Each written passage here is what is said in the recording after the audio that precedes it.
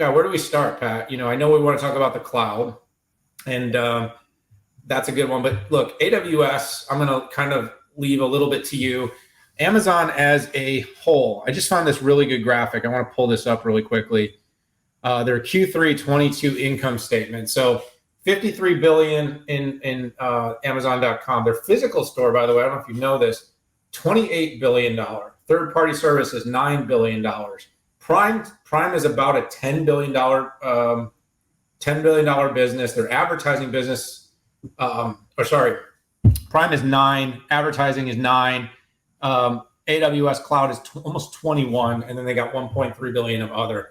There's a great graphic online. I'm just kind of looking through this. It actually shows all their revenue sources, how their revenue comes out, and the other end of a 127 billion in revenue was $2.9 billion in profit. So what we know for sure is that I think all the Opt Inc. plus some was generated by AWS. So Amazon is this company that's continuing to build this moat of basically being the world's biggest e-commerce company. But very clearly, they're actually very hyper dependent on their cloud business to generate the Opt Inc. for the organization. I think the revenue is less the problem to people. I think what people are kind of trying to look at is how much of Amazon's results are indicative of what's happening in our broader economy, Pat. So, we didn't talk about Apple on the show, although I've referenced it several times.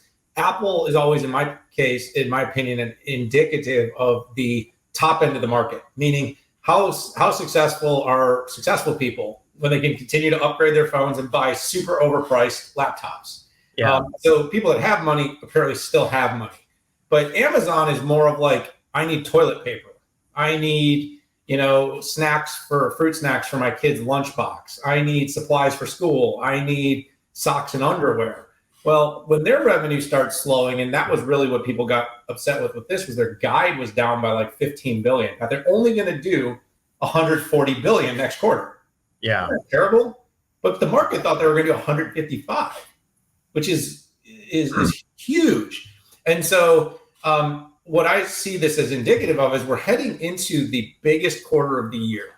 We're heading into the part of the year where this is going to say, how much are people spending on holiday? Christmas, Hanukkah, different holidays where spending tends to go up, and it looks like it's going to go down.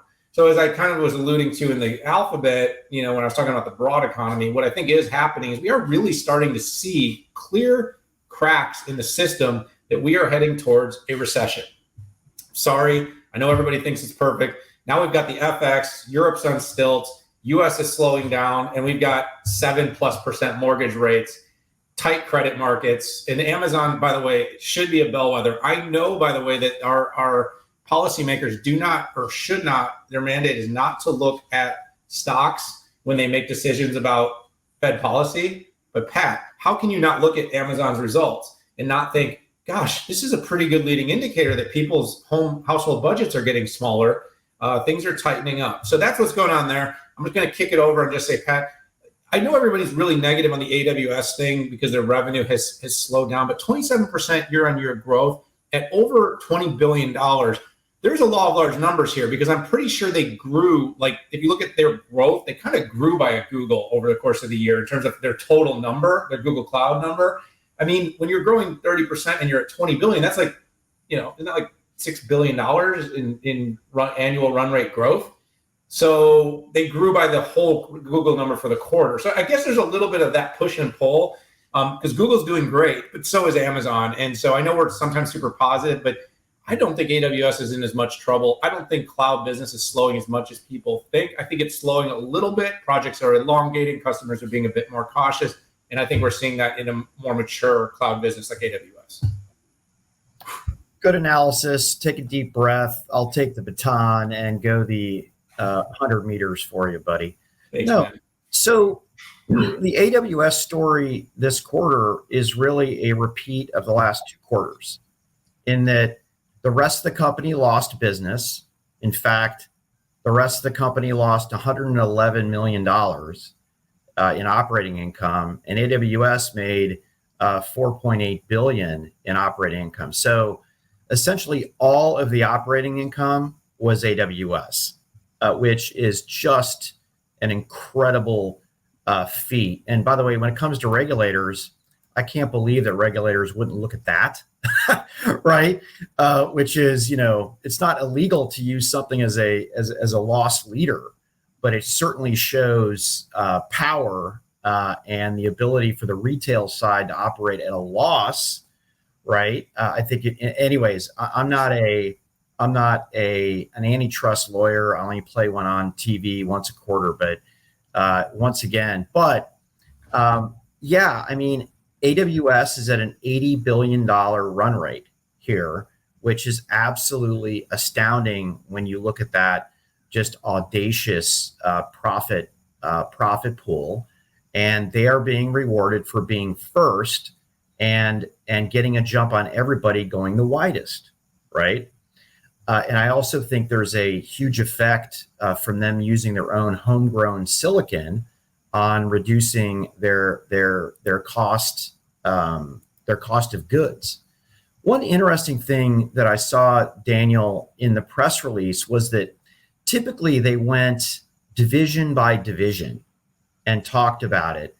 And I think, with this change now to going into characteristics, which is obsessing over the customer experience, inventing on behalf of customers, empowering employees and delivery service providers, supporting communities and protecting the environment, is a key indicator on where the new senior management wants to go with it. Now, it is harder for me to pick apart and look some of the highlights that it had. I want to shift to a future view here.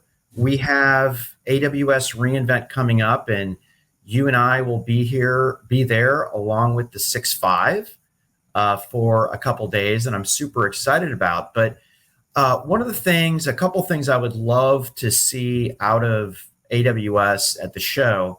First of all, multi-cloud. They're starting to get dinged by certain analyst firms for the quote unquote lack of multi-cloud offerings. And it is a fact when you look at the amount of multi-cloud offerings that AWS has versus other companies, they don't have as many.